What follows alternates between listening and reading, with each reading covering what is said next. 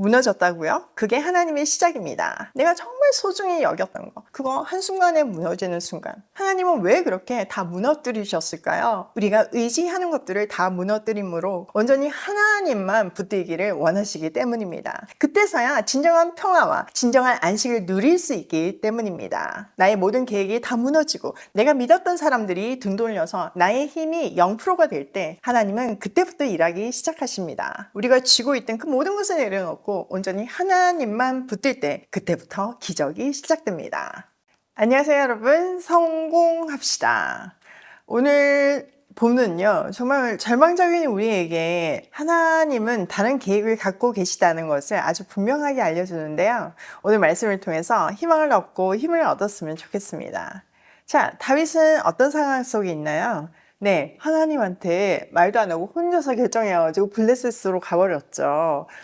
너무 이렇게 쫓겨다니는 게 힘들었던 것 같아요. 번아웃 상태에서 블레셋으로 도망갔는데, 근데 그곳이 완전 안전한 안식처가 아니었어요. 정말 너무 놀랍게, 그러니까 평화는 주어졌지만 전쟁이 일어나고 지금 다윗은 자기 백성들을 죽이려고 출전하는 그 블레셋에 가담해서 나가야 되는 상황이었어요.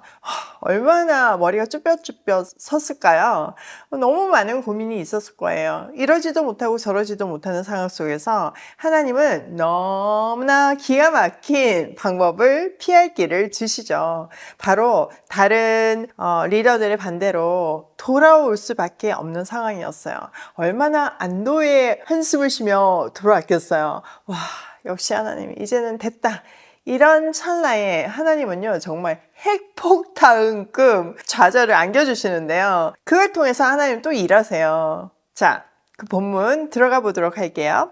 다윗이 부하들과 함께 사흘 만에 시글락으로 돌아왔을 때에는 아말렉 사람이 이미 남부 지역과 시글락을 습격하고 떠난 뒤였다. 그들은 시글락에 침입하여 성에 불을 지르고 여자를 비롯하여 그 성읍 안에 있는 모든 사람을 어린아이나 노인 할 것 없이 사로잡아 한 사람도 죽이지 않고 끌어갔다. 다윗이 부하들을 거느리고 그 성읍으로 들어와 보니 성은 불타버렸고 아내들과 아이들이 모두 사로잡혀갔다.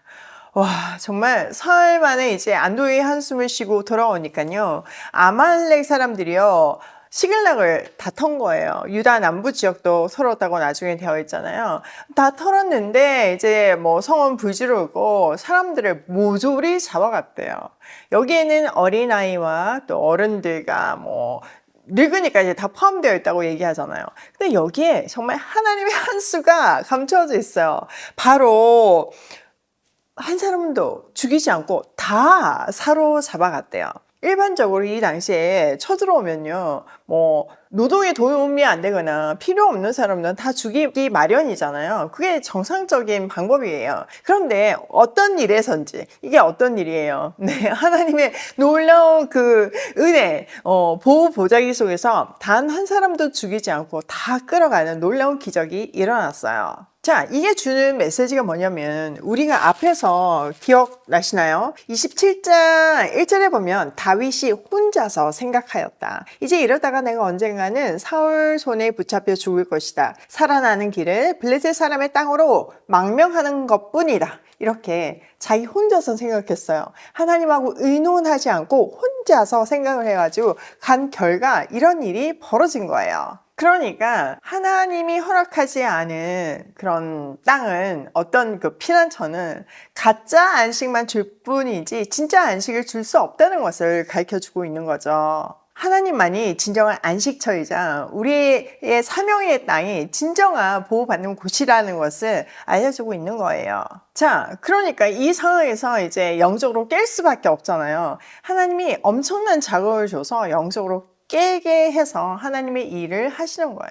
그러니까 우리가 뭔가 뭐 안락한 거, 돈이나 지위나 뭐 명예나 이런 것들이 있을 수 있잖아요. 그런데 그것보다 하나님을 의지할 때 그 영적인 안락사로 가는 그 길은 정말 무서운 길이잖아요. 그럴 때 하나님은 때로 그것을 다 뺐음으로 해서 정신을 차리게 하세요. 그러니까 어떤 부모가 자식을 잃고 싶겠어요. 그러니까 그 자식을 살리기 위해서는 극단적인 행동을 할 때가 있는 거죠. 그런 모습입니다. 자, 4절. 다윗과 그의 부하들은 목 놓아 울었다. 모두들 더 이상 울 힘이 없어질 때까지 울었다. 다윗의 두 아내인 이스라엘 여인 아히노암과 나발의 아내였던 갈멜 여인 아비가일도 사로잡혀갔다. 군인들이 저마다 아들, 딸들을 잃고 마음이 아파서 다윗을 돌로 치자고 말할 정도였으니 다윗은 큰 공경에 빠졌다. 그러나 다윗은 자기가 믿는 주 하나님을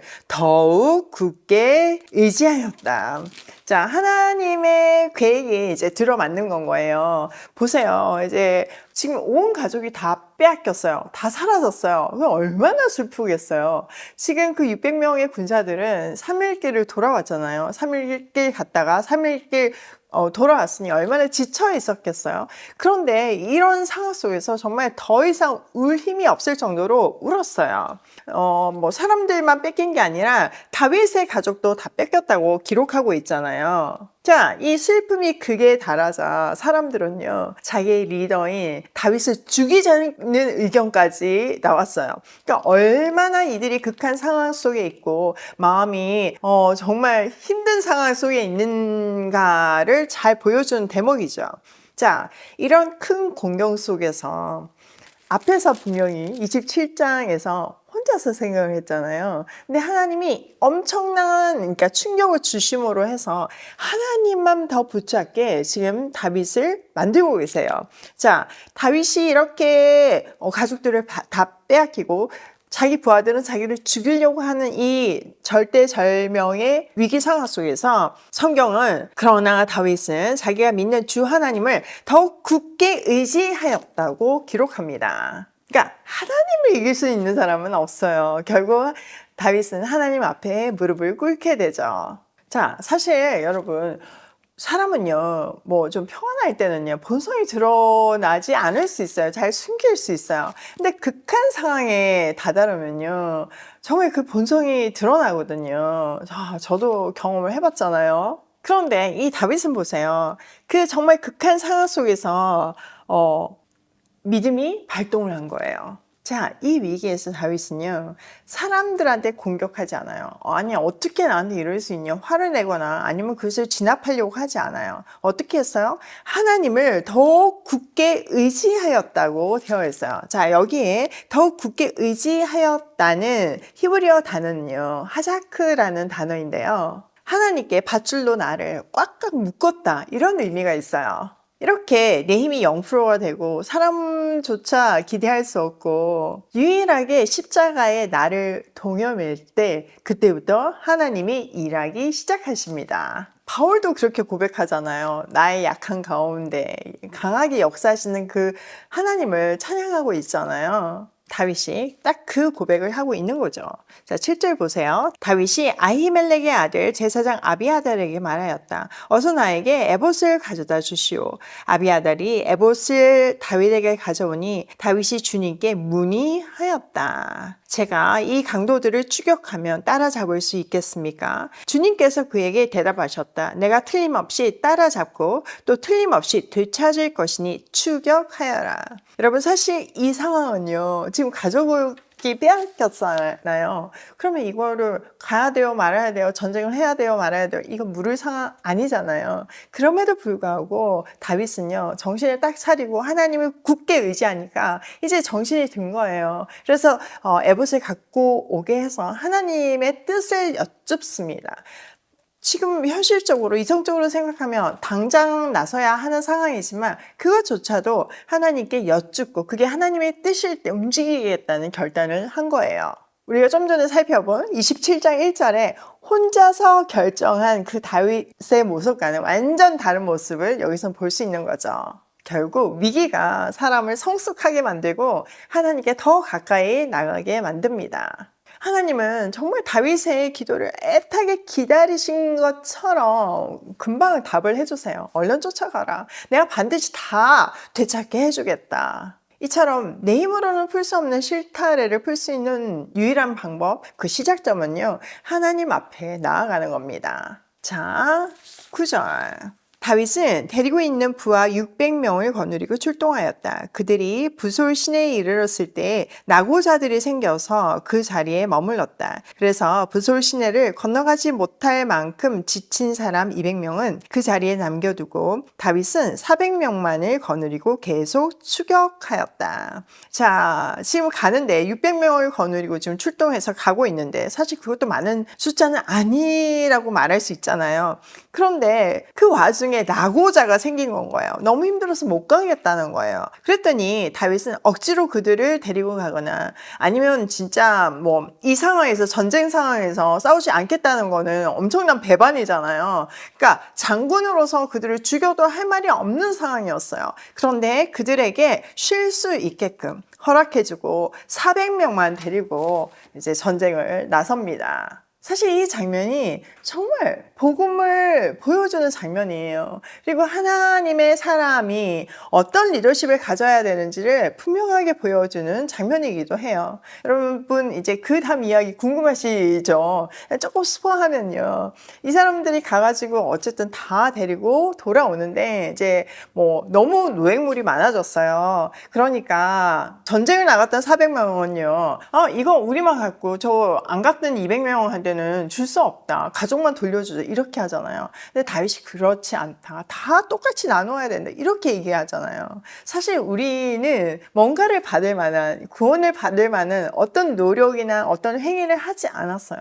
전적인 하나님의 은혜로 말미암아 구원을 받았잖아요. 그러니까 그것을 잘 보여주는 이 위치예요. 장면이에요. 그런데요, 지금 이 장면이 부솔이라는 곳에서 일어났잖아요. 근데 부솔이라는 이름 자체가요, 기쁜 소식, 복음이라는 의미가 있어요. 그러니까 성경을 보면요, 우연이라는 거는 없는 것 같아요. 다윗도 하루아침에 이런 사랑의 리더십을 펼칠 수 있었던 것이 아니라 하나님이 그를 광야에서 정말 계속 다듬으시고 또 이렇게 큰 실수, 앞에서 본 것 같이 블레셋으로 가는 정말 큰 실수를 했음에도 불구하고 변함없이 사랑해주는 그 사랑을 경험했던 다윗이기 때문에 이 사랑을 베풀 수 있는 건 거예요. 제가 오늘 이 본문을 보니까요, 지난 토요일 일이 떠올랐어요. 저희가 한 달에 한 번 이모집에서 큰 조카들하고 이제 나누는 시간이 있거든요. 그때 이제 이모들도 같이 나누는데 우리 새롬 이모가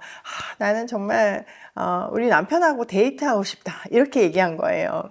참고로 우리 새롬 이모는 오이 패밀리로 저를 만나게 되었고 정말 본인의 일이 있었지만 이 오이 패밀리랑 연관된 일을 하고 싶다 이런 생각에 그때는 오이 패밀리에는 자리가 없어서 더 오이의 커뮤니티 직원으로 들어왔어요.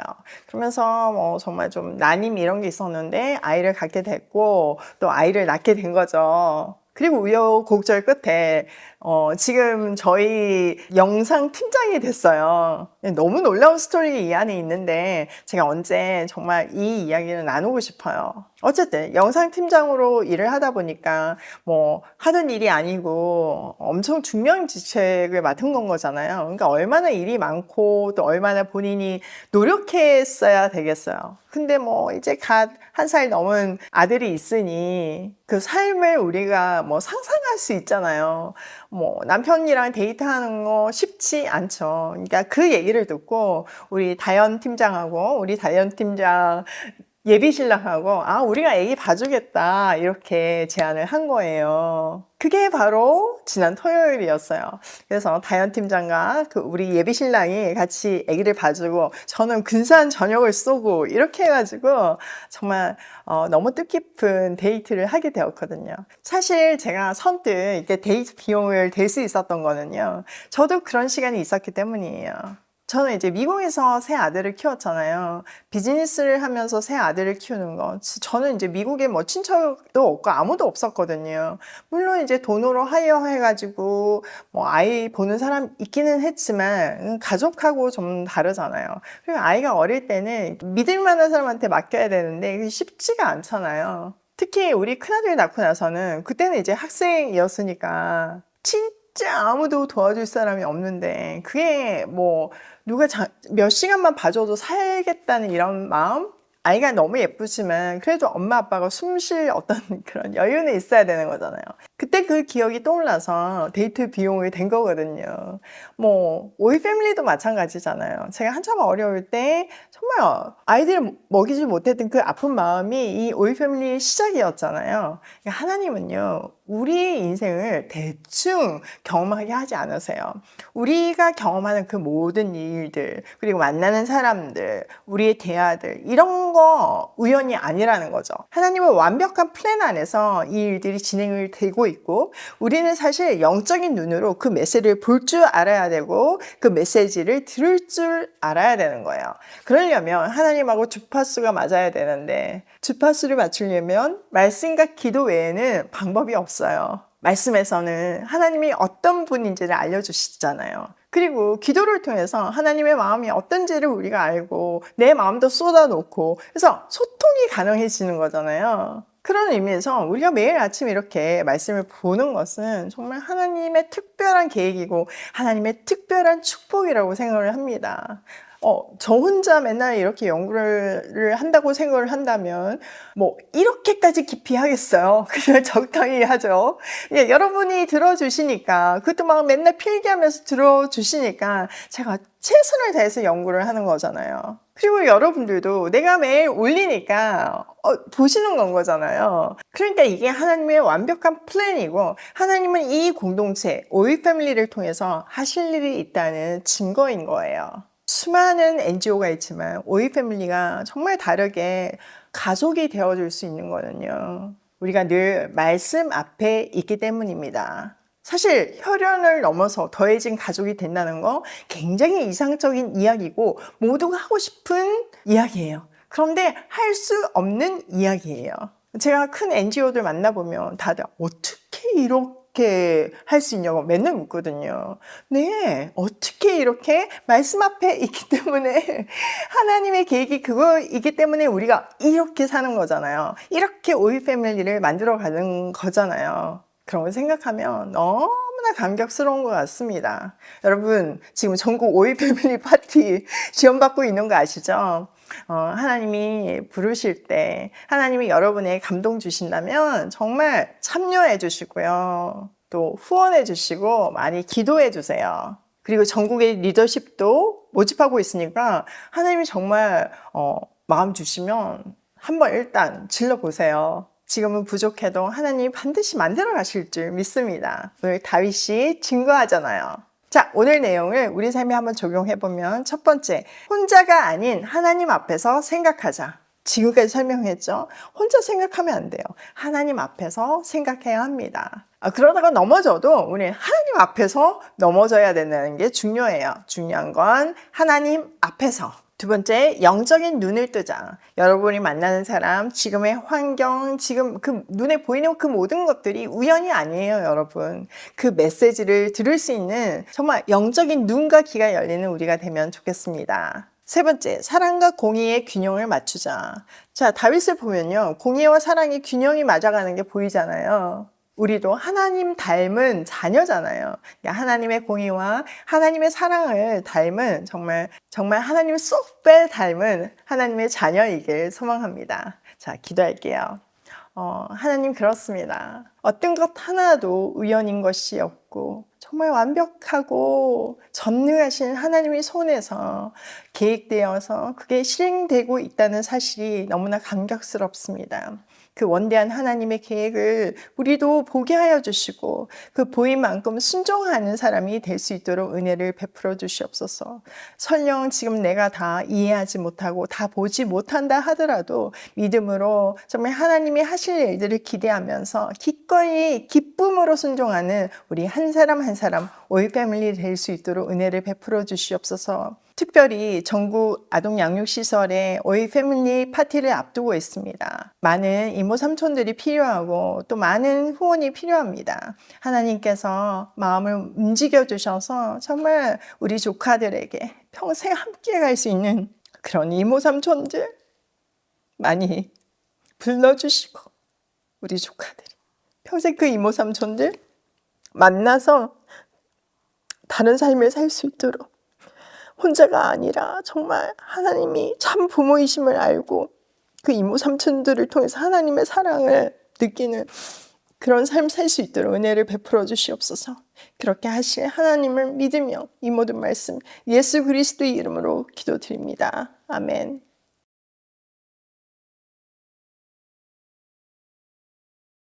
무너졌다고요? 그게 하나님의 시작입니다. 내가 정말 소중히 여겼던 거, 그거 한순간에 무너지는 순간 하나님은 왜 그렇게 다 무너뜨리셨을까요? 우리가 의지하는 것들을 다 무너뜨림으로 온전히 하나님만 붙들기를 원하시기 때문입니다. 그때서야 진정한 평화와 진정한 안식을 누릴 수 있기 때문입니다. 나의 모든 계획이 다 무너지고 내가 믿었던 사람들이 등 돌려서 나의 힘이 0%가 될 때 하나님은 그때부터 일하기 시작하십니다. 우리가 쥐고 있던 그 모든 것을 내려놓고 온전히 하나님만 붙들 때 그때부터 기적이 시작됩니다.